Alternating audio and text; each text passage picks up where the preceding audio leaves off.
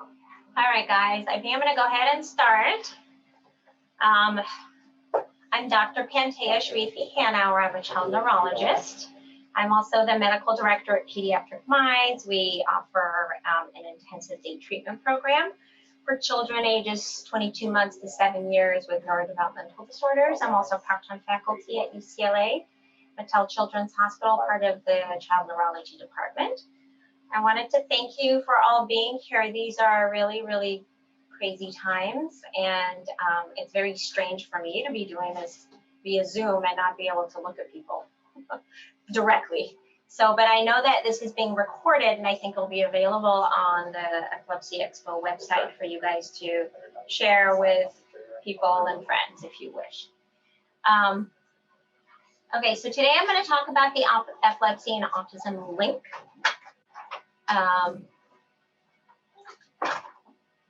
We definitely know that there's a connection between the two.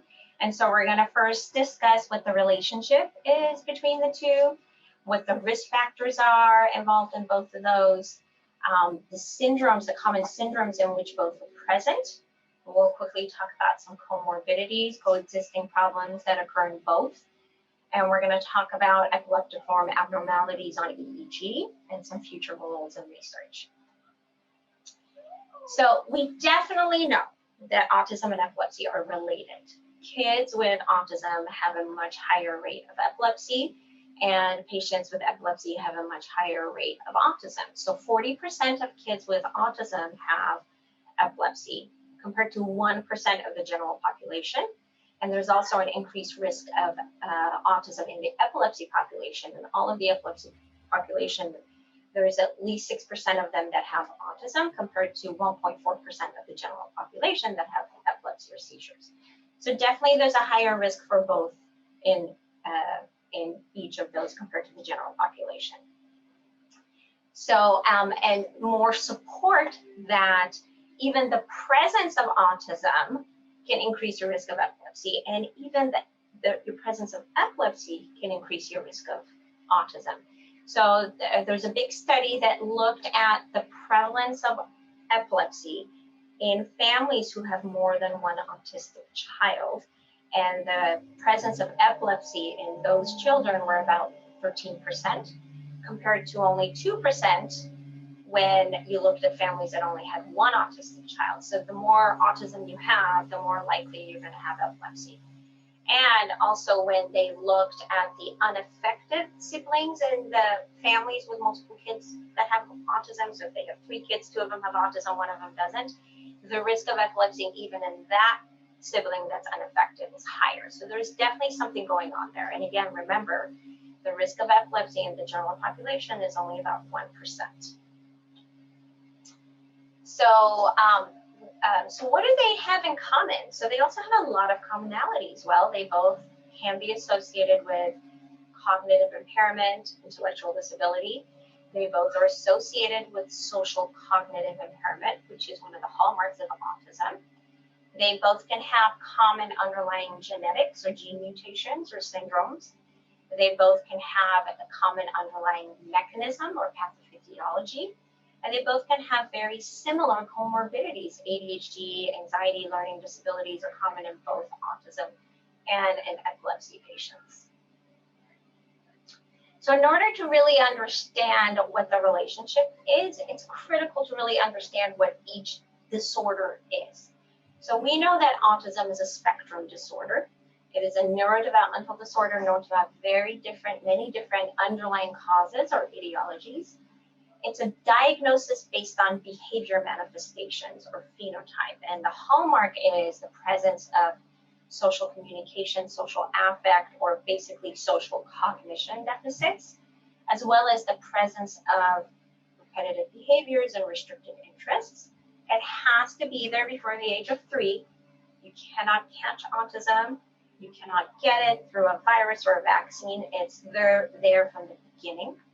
And the prevalence of autism is 1 in 68 or 1.4%. And it is a spectrum disorder. And what does a spectrum disorder mean? It means that there's many different etiologies. There's different severity of symptoms and different comorbid conditions associated with it.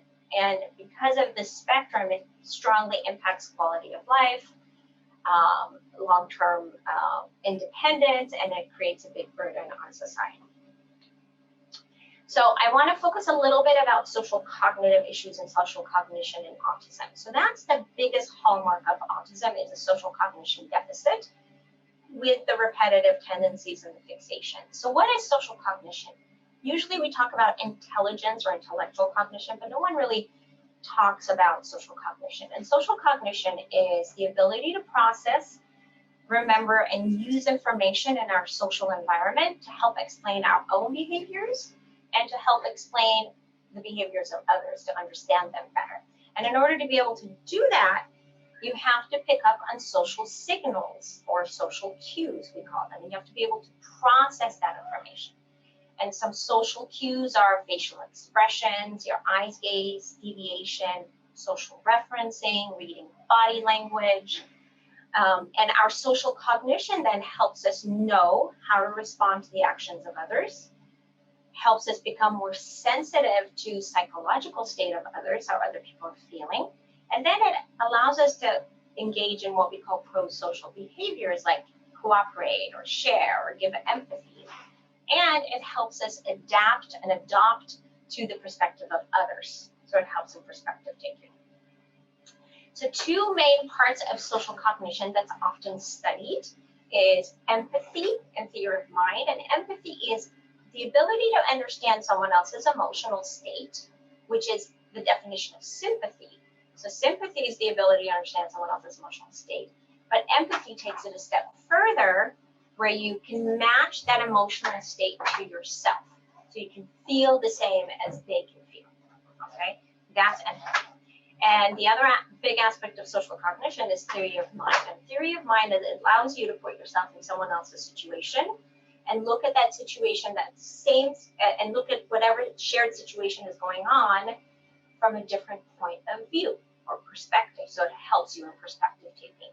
These are the two huge things of social development that are missing in autism, okay? So of note, in a lot of MRI studies, this actually has been mapped out to different parts of the brain in autism, specifically in the temporal lobe, which we also know is a very significant area of the brain that's predisposed to seizures.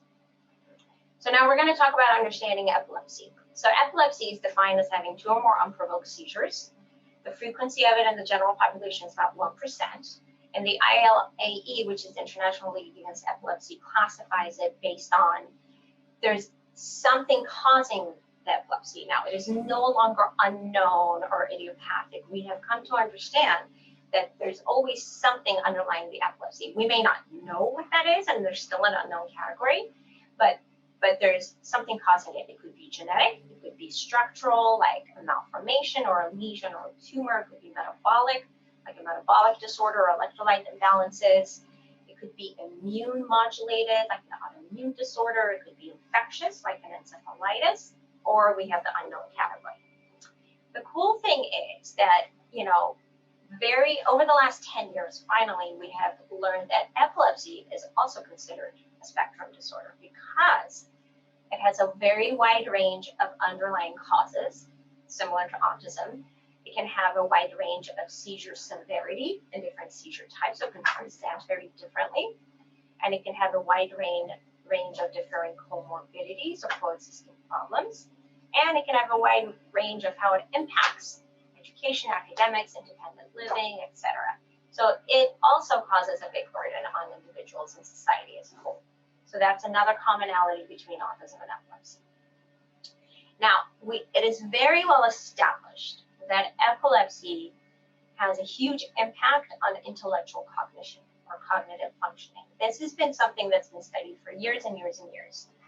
And of note, one of the articles I like to always allude to was an article that specifically looks at the impact of especially ongoing seizures in epilepsy, meaning seizures that are refractory, on IQ points. And Anne Berg et al. Looked at a population of kids in 2012 and found that when they looked at children who had epilepsy onset before the age of 8, And they followed these kids out for another 8 to 9 years, and they tracked their intelligence and IQ, and there was an 11-point drop in their IQ. So we definitely know epilepsy can impact cognitive skills. We also know and have learned that early onset seizures early in life can have a broader impact on cognition, and refractory or uncontrolled seizures can have a broader impact on cognition, and those are often what lead to the epileptic encephalopathies, and we'll talk about those in a little bit. And even in settings where there isn't a huge drop in IQ, let's say that epilepsy severity or burden is really high for a while, and then it's controlled for a while, and then it gets out of control again. Even in those situations, whenever that happens, development slows down or there's actual regression in development. So we definitely know cognitive skills are impacted in epilepsy. Now, nobody, again, had really focused on social cognition or social cognitive skills until about the last 10 years. And there's been a huge explosion of studies looking at the impact of epilepsy on social cognition. So we know that they can definitely experience social cognitive deficits or impairment. And this can even occur right at the time of the first seizure, depending on what age the seizure is, or even it can predate the onset of the first seizure.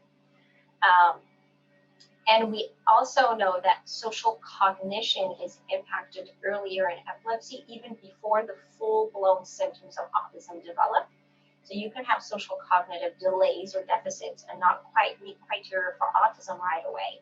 So we definitely know that there's some social cognitive impact. And social cognition can be impacted mildly or severely, regardless of your IQ. And we see that this is possible. Like in autism, you can have high functioning autism where the kid's IQ is really high, but they have very severe form of social cognition deficit. So the same thing goes with epilepsy and your IQ. And we know from more recent research that epilepsy itself can definitely impact and reduce your information processing speed. Remember, we talked about how our social cognition depends on picking up or processing social cues. Well, that can definitely reduce the rate of that.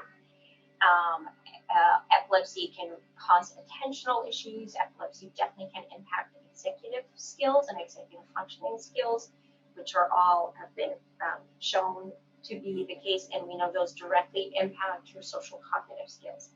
And more specifically, there's been a lot of studies on temporal lobe epilepsy, and because that's the area where a lot of emotional memories and social emotional recognition occurs, but there's definitely social emotional impairment in people who have temporal lobe epilepsies. So epilepsy, again, is also a spectrum like autism is, and the goal of, and the reason that's important is because it kind of changes the goal of treatment, right? When you go to your epileptologist or your epilepsy center, the goal of treatment should not just be aiming for stopping the seizures, but it should be stopping the seizures and managing other neurological consequences of that, but really to also improve cognitive and social emotional outcome or social cognitive outcome, which will then allow you to help manage psychological issues, social consequences. So it's really, really important that part of epilepsy care is to also identify the presence of social cognitive deficits and if there's autism or not, because it makes a difference in terms of long-term prognosis and development. Okay, so now there's risk factors associated with both. So this is something else that epilepsy and autism have in common. We definitely know that the presence of intellectual disability or lower IQ increases the risk of both.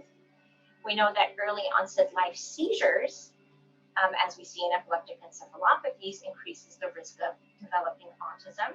We know that seizure burden or refractory seizures, especially early in life, increase the risk of developing autism. We know that there's common genetics in both that can increase the risk of both. We know that family history also can increase the risk of both autism and epilepsy. And there's some studies that show that females may have an increased risk for epilepsy if they have autism. The reason I have the question mark there is because this is based on criteria where we thought that there is a lot more males diagnosed with autism than females, and the females that were diagnosed were typically the ones that had the lower IQ.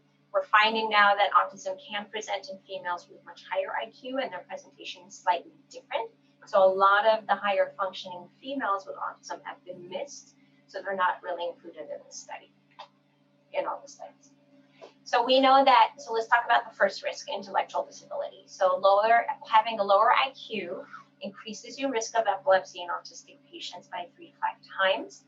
A big study by Dr. Ahmed and Sarah Spence looked at the epilepsy prevalence in kids who have autism and intellectual disability. It was 21.5%, whereas the prevalency of epilepsy in kids with autism who didn't have intellectual disability was only about 8%, still a lot higher than the general population.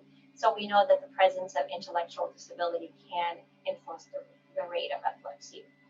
And also conversely, the risk of autism in the epilepsy population is also higher when you have associated intellectual disability, and it's reported to be around 16%. So another big risk factor for both is early onset seizures. So we know that early onset seizures is a risk factor both for autism, but also for intellectual disability. And that's because early childhood is a critical phase in development of basic social, cognitive, and linguistic skills, which then are critical as the foundational skills to build other social skills, academic skills, and behaviors.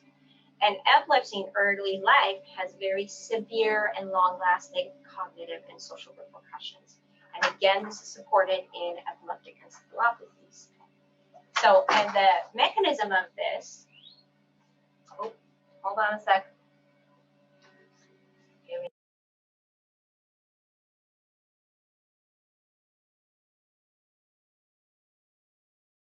All right, never mind. I was told that my background left me, but that's okay.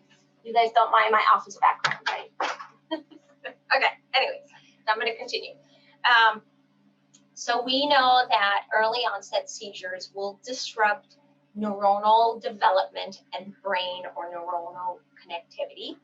So when you have seizures early in life while the brain is still developing, it causes physiological and functional deficits in the hippocampus. It causes impairments in the synaptic organization between the brain cells. And in general, it causes interneuron dysfunction, which then throws off the inhibitory and the excitatory mechanism of the neurotransmitters that are critical in generating the seizures. And when you do that, you actually disrupt the cortical network. And these cortical networks are critical in the development of learning and being able to acquire new skills, developmental skills. So it leads to abnormal neural dysfunction, which then increases your susceptibility to neurodevelopmental disorders and autism. And I love the schematic. This is from an old article from the 90s, and it really shows you the critical part of how quickly the brain makes connections and what a quick rate the brain makes those connections in the first 2 years of life. So the first column is the newborn, where there's not as many connections, then 1 month of age, then 6 months of age, and then by 2 years of age, that's what it looks like. All these connections and branches of connectivity are being made. So you can imagine if there's seizures that disrupt this pattern, that it can definitely impact your development and long-term outcome. So, and this is again strongly supported and already been studied and validated by us understanding about the epileptic encephalopathies that are associated with early life seizures. So what are epileptic encephalopathies? They're characterized by epileptiform abnormalities that are associated with progressive brain dysfunction, which then causes cognitive and behavioral issues, and they actually have epileptic seizures. And the ILLE classifies them, and these are just a few of many that are out there. West syndrome is considered as one. Dravet syndrome is considered as one. Lennox-Gastaut, Landau-Kleffner syndrome, and epilepsy with CSWS or with ESES, which is electrographic status epilepticus of sleep. We're going to talk about all of these in a little bit. So what is West syndrome? As many of you are already familiar with it. It's a combination of the presence of infantile spasms, specific finding on the EEG called hypsarrhythmia, and associated with significant developmental regression. And these loss of skills are permanent and strongly associated with the presence of the hypsarrhythmia or the abnormality on the EEG. So early interventions and treatment is key to helping long-term development.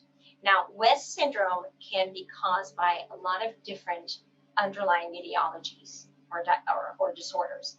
One of the more common ones that's associated with West syndrome is tuberous sclerosis complex.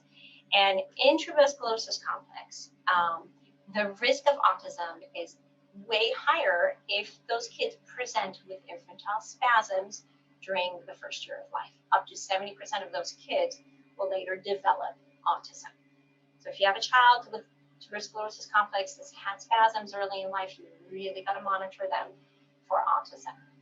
And but there's also studies that show that the presence of spasms, regardless of what the underlying cause of the spasms are, will also increase the risk of autism. So it's critical to control the spasms and the hypsarrhythmia.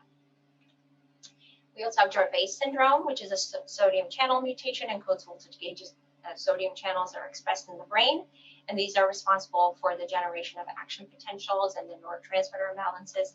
60% of these kids have autism, and of course the risk of autism is a lot higher in the kids who present with seizures before the age of 1. Again, supportive of how early life seizures can really lead to autism and other significant neurodevelopmental disorders.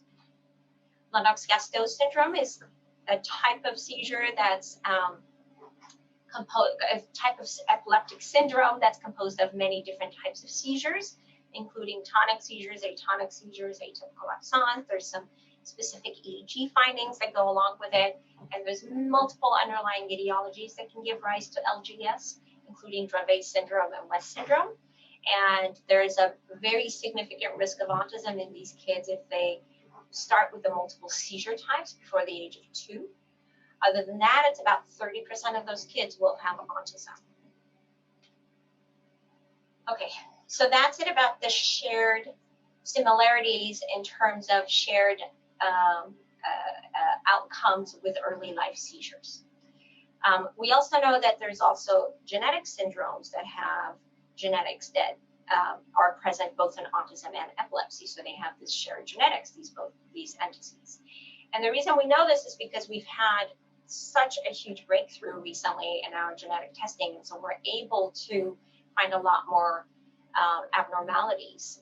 And the interesting thing is that a lot of these genes that have been identified are strongly implicated in specific cellular pathways, especially in the GABAergic system, which is also strongly implicated in the epilepsy pathway. And GABA is one of our neurotransmitters that plays a critical role in the generation of seizures and epilepsy.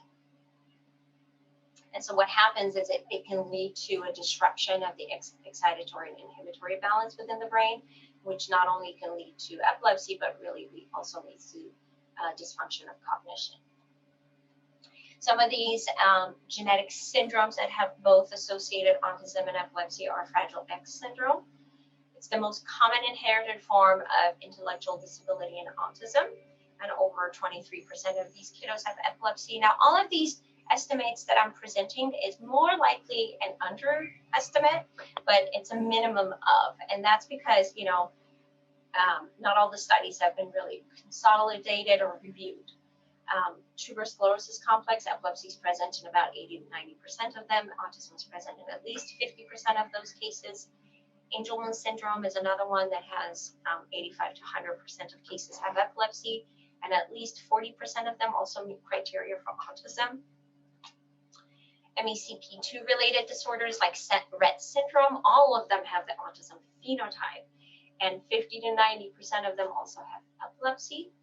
Phelan-McDermott syndrome, which is another highly recognized syndrome now, which involves the SHANK3 gene mutation. 40% of those kiddos have epilepsy, and up to 90% have autism. Smith-Magenis syndrome is another genetic syndrome. 45% of them have epilepsy, and at least 90% have autism. So again, you'll see that there's overlap there too in terms of genes that predispose you to autism and epilepsy. So I really like the schematic because it kind of helps you understand that there could be two broad mechanisms contributing to the relationship between autism and epilepsy. One is that autism and epilepsy probably share a common biological pathway or etiology.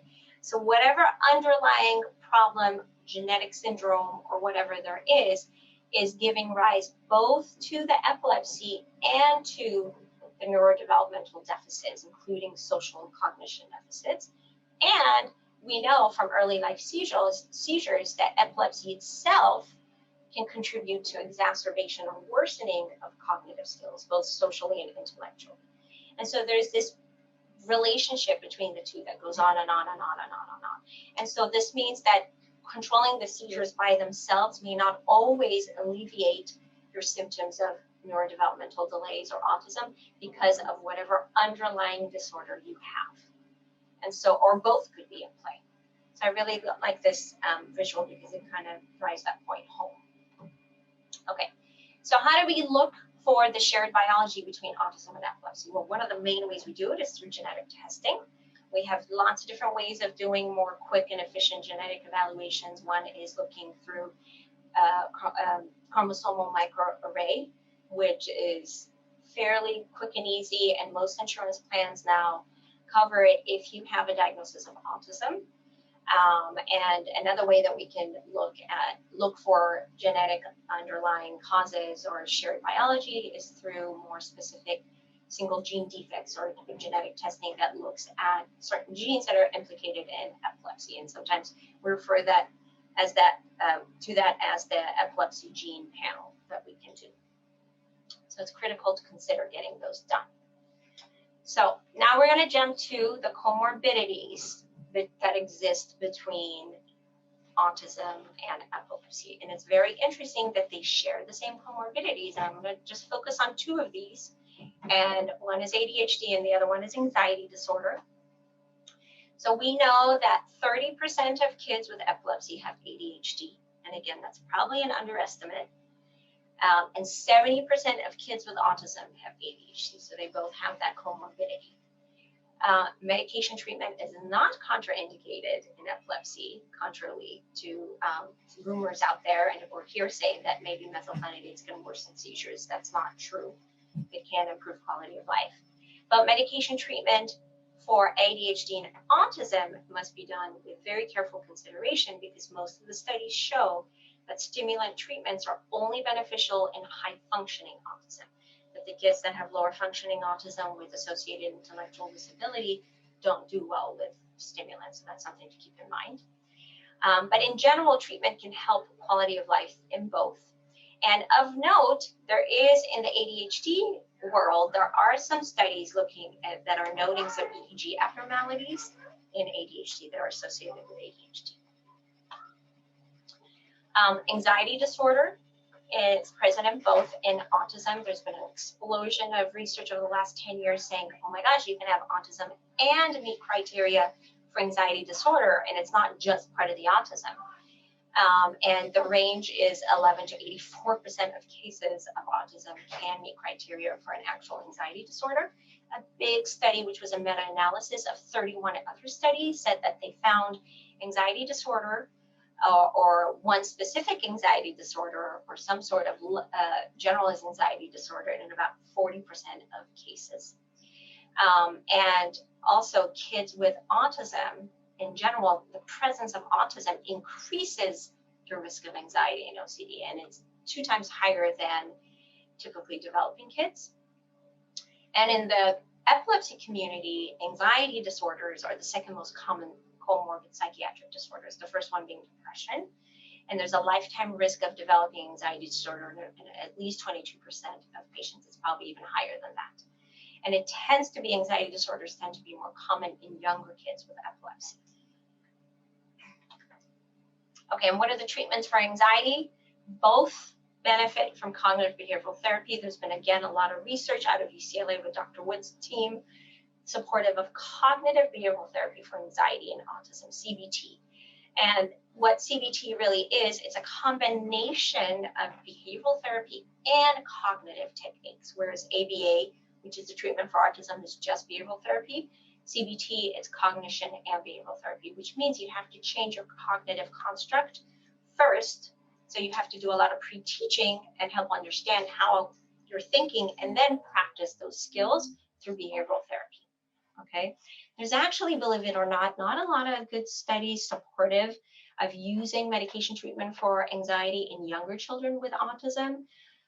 There's more studies validating their benefits when the kids are a little bit older, but we still use them, and there are cases that it's beneficial in. but cognitive behavioral therapies is extremely beneficial overall. And CBT is also used for anxiety and epilepsy. It's the first choice of treatment, followed by medication treatment. And oftentimes medication treatment is used to sort of increase or enhance the child's ability to learn from the CBT or to be able to be taught. Okay, so autism and epilepsy have similar comorbidities. The presence of autism and epilepsy also has been known to worsen those comorbidities, which is interesting. So we know that kids who have autism and epilepsy, they tend to have more, not just more symptoms of ADHD, but even stronger symptoms of ADHD.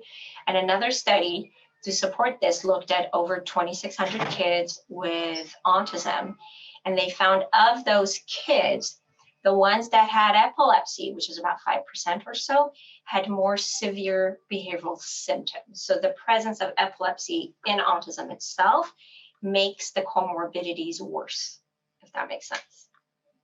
And this can happen regardless of IQ.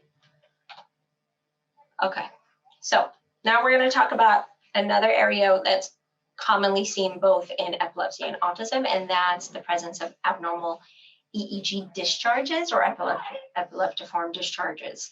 And there's a huge prevalence of this in our autism population, even if there's no actual clinical seizures. So the prevalence of abnormal EEG findings or discharges is up to about 60% in the autism population. And the prevalence of these abnormal EEG findings in the regular person is only about 1%. Some studies reported to be 5%. So it's definitely a lot more significant in the autism population. They tend to be seen more often, these abnormal EEG findings, in patients who have low IQ or intellectual disability. We definitely know that they're activated by sleep. And they tend to be seen more in patients who actually have clinical seizures, but you don't have to have clinical seizures to have these. And the first time we ever learned about this phenomenon of abnormal EEG discharges without necessarily, with or without clinical seizures, was in two syndromes that are sometimes considered as part of the epileptic encephalopathies as well. One is Landau-Kleffner syndrome, or non-convulsive status epilepticus of sleep. This disorder presents in a normally developing child until the age of 4 or so. So it starts after the age of 4, and suddenly the child has a huge developmental regression, specifically in their language skills. So they were verbal and suddenly they lost that ability. So it's associated not only with an expressive language impairment, but also receptive language impairment. And then they have a very specific finding on the EEG, and that is defined as electrographic status epilepticus of sleep, or ESES. And basically, these are abnormal discharges in the front of the brain that's present in 80% of deep sleep. And this regression also creates an autism phenotype or characteristic. So they don't truly meet criteria for autism, because remember, autism, it has to be there since birth or by the age of 3. And so this is, when we see this case, we say it's just an autism phenotype. We can't really give the autism diagnosis.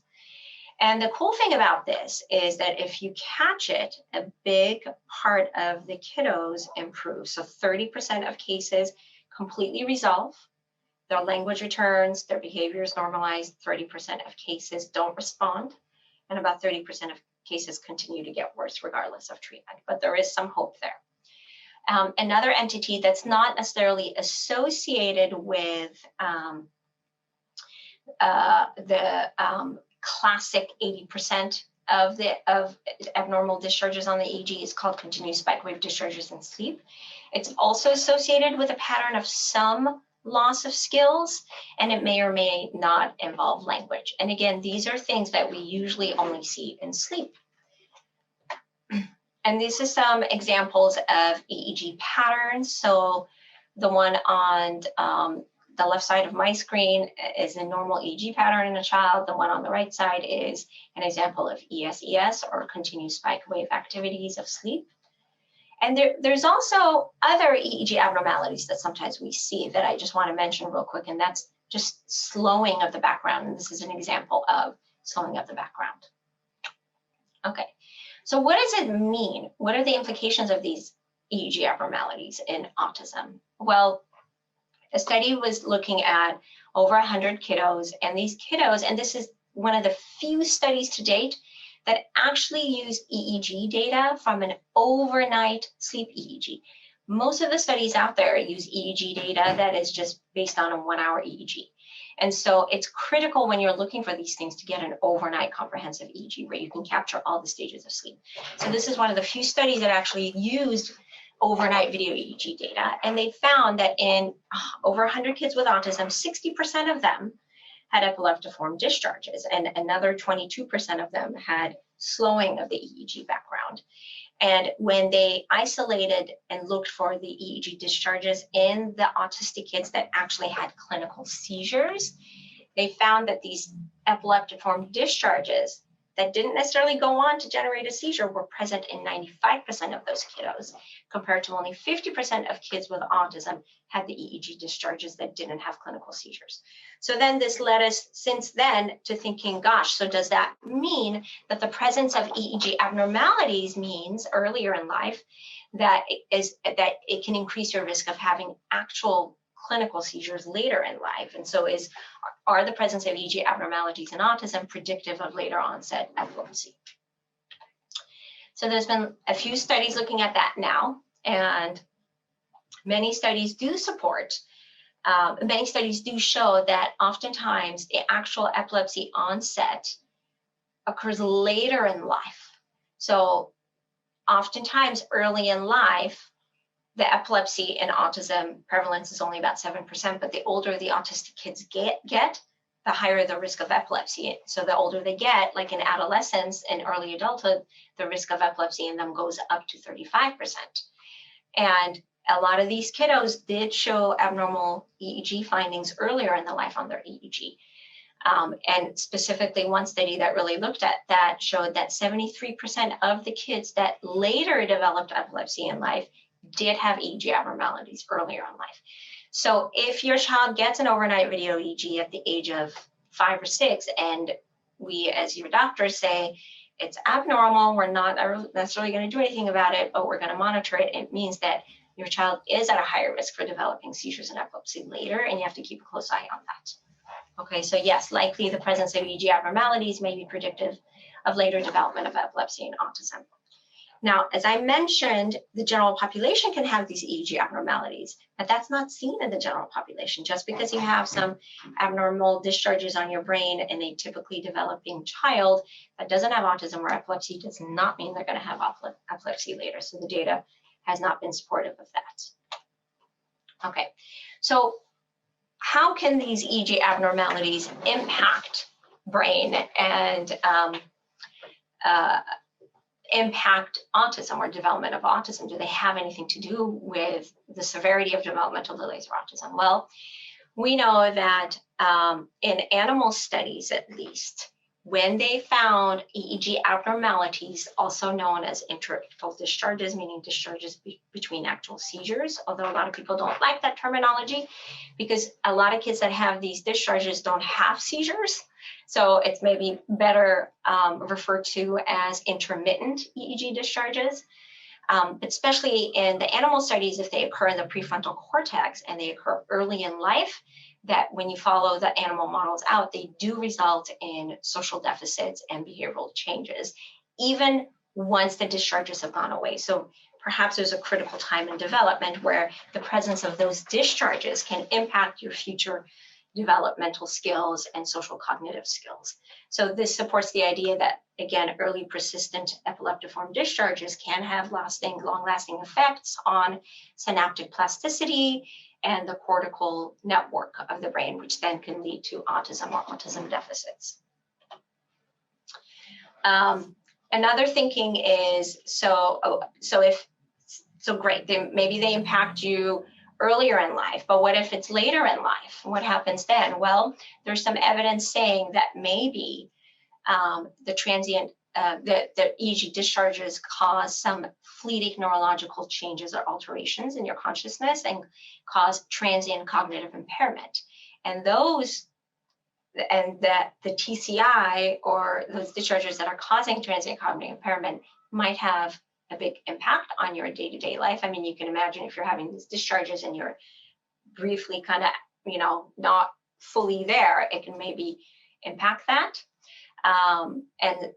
In patients with epilepsy and this was also looked at in patients without autism in epilepsy, and they definitely supported that there can be a subtle cognitive impairment during the times of epilepsy-informed discharges, and up to 50% of patients that experience the discharges, and while they're doing assessments or cognitive testing, they do show transient impairment, but it can recover in those cases, especially if there's no autism.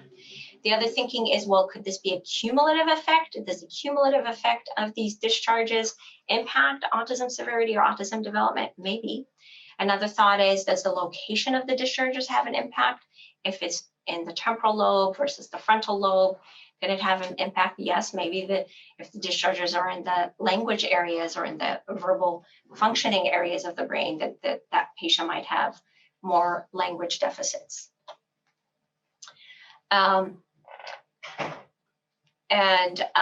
So definitely, persistent epileptiform discharges can influence cognitive behavioral outcome, and especially if those discharges occur early in life.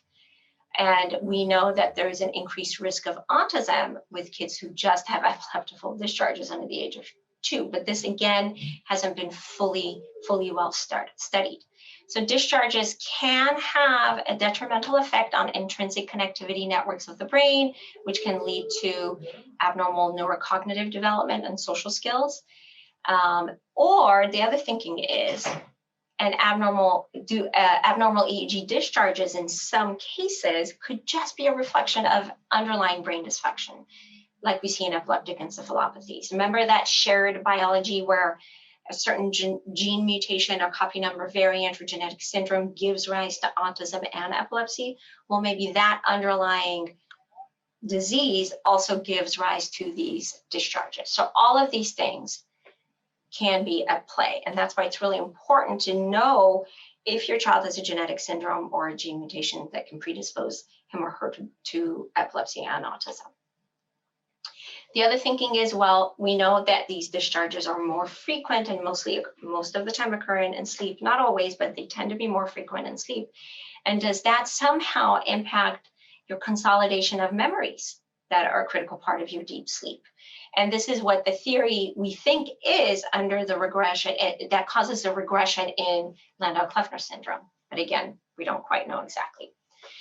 And the other thought of it is, wait a minute, some kids have these EEG abnormal discharges and aren't as severely impacted as other kids. Well, there's a theory that then the vulnerability to EEG abnormalities may also play a role, that children who have maybe greater resistance to these discharges because they have a stronger network of cortical support won't have that clinical implication. And the thinking is, this is why in the general population, in a normally developing kid, if there are EEG discharges, those discharges are not as impactful or as severe in their impact on the child's development and outcome.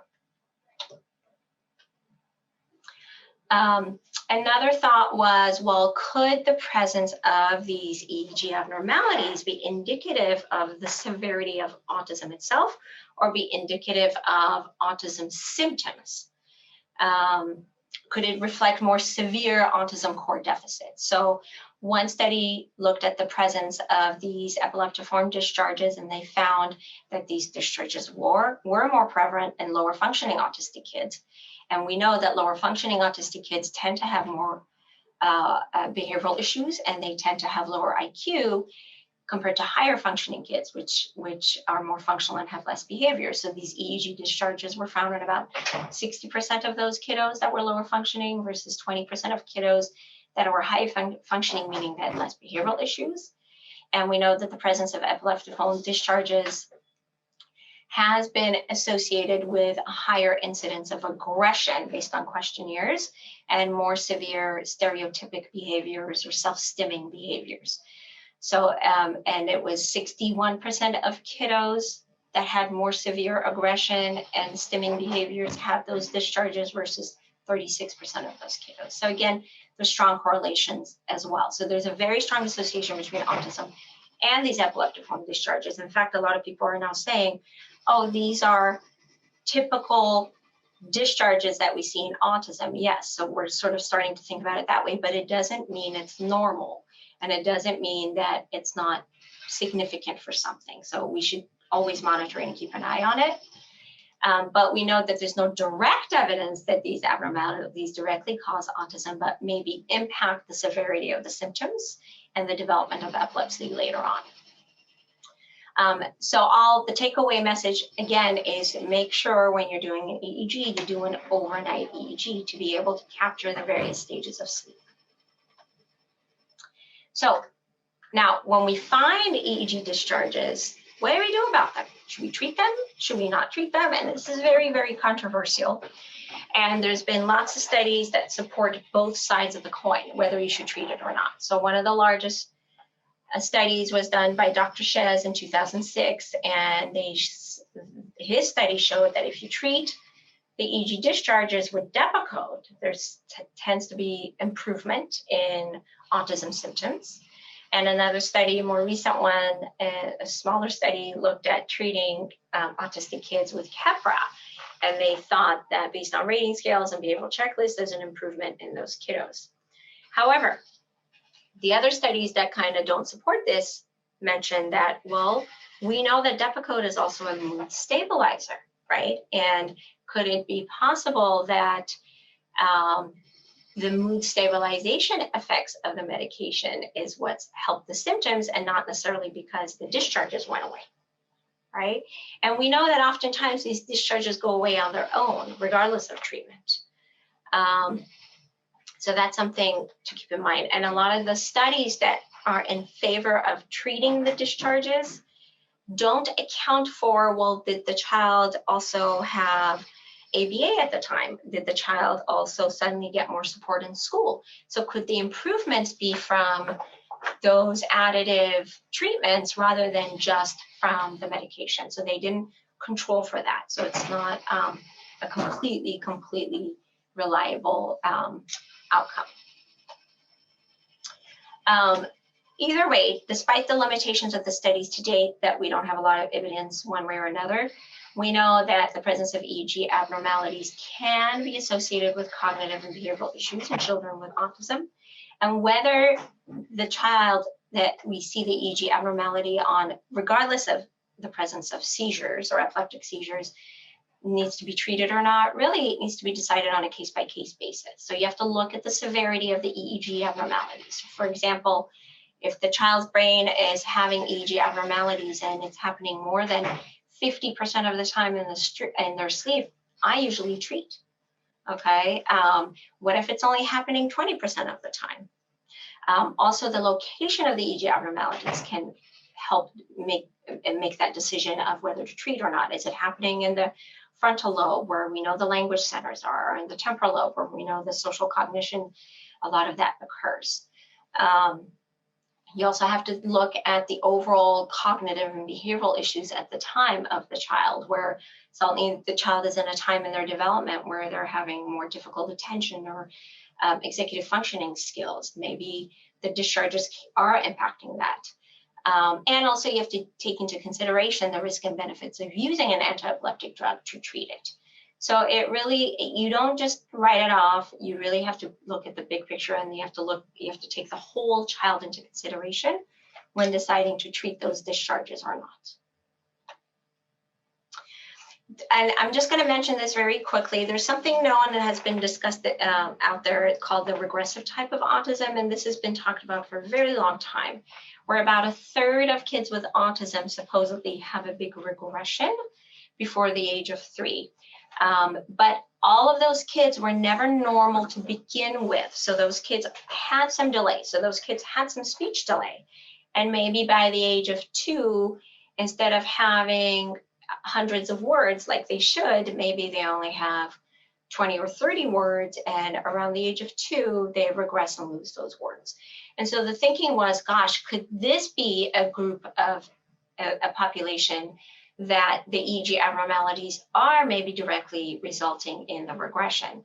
The study results have been mixed so far. And the problem is Again, we don't have a lot of studies that can catch those kids when they're regressing to do an overnight video EEG study. First of all, not everybody has access to an overnight video EEG study. And second of all, we often as epilepsy doctors or neurologists don't get the referrals in time. So the child regresses and then the referral doesn't come to us in time to do the EEG. And by the time we do the overnight EEG, the symptoms have improved.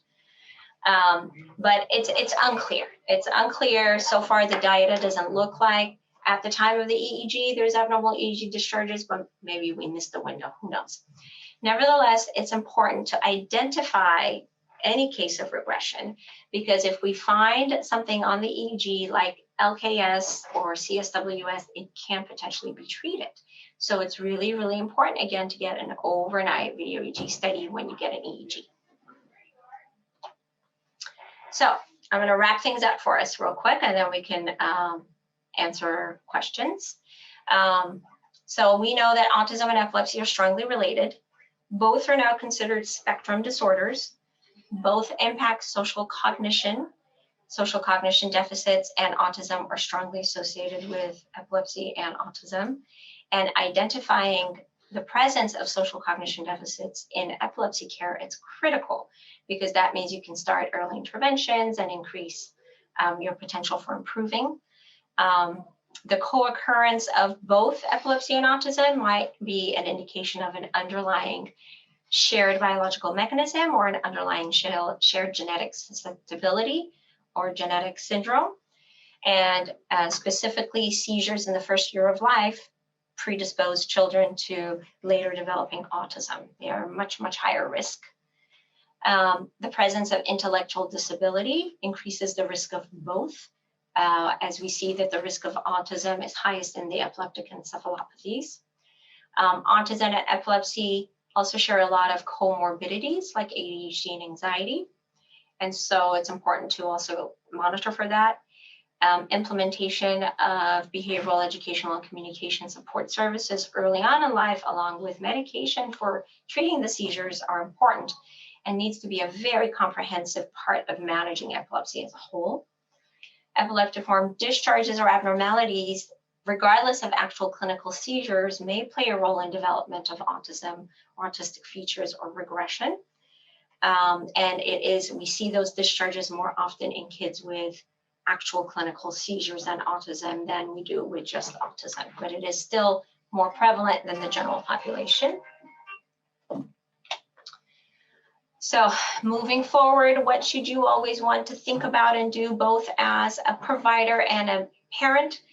It's really important to get genetic testing. It's important that when you do an EEG, you do an overnight video EEG study. It's very important to screen for social cognitive deficits and autism and start early interventions as soon as you can. And it's really important to monitor and treat comorbidities that can impact developmental progress, like the presence of ADHD or anxiety. Future goals of research. We definitely need more research understanding the role that the EEG abnormalities play on autism and autism severity. And if this should be treated or not. And everybody's still working hard on trying to identify biomarkers that can help red flag patients that are more vulnerable to autism or social cognitive deficits. All right, that's it. So now we have 5 minutes or so left, and I'm open to questions. I'm gonna stop share. Okay. All right. I'm not sure how we are managing questions, but I'll give you guys a few minutes.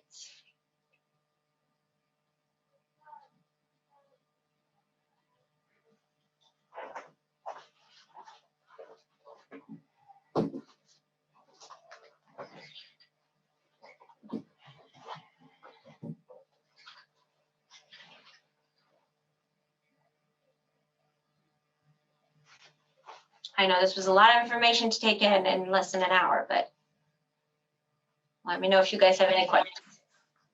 Okay, hi, yes, question. I just wanted to thank you so much for your wonderful information. My grandson visits you, and Oh, great. we appreciate your knowledge, and thank you. Of course. Oh, thank you for being here and listening in these tough times. Thank you.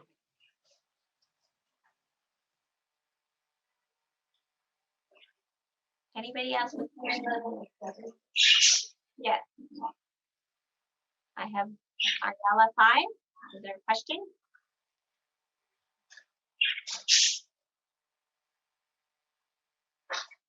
Oh, me? Yes. No question? Well, no, but I'm 20. I have seizures, but I don't feel them. Okay. Like when I have one, it just comes, but I don't like feel no seizures. So my mom, I have the VNS from the magnet. Okay. And my parents are always here with me, so I'm like here at home and they take care of me. Awesome. When I have a seizure, they just put the magnet on me. Awesome. Thank you. You're welcome. Everybody, please be safe. Please wear your mask. And please vote.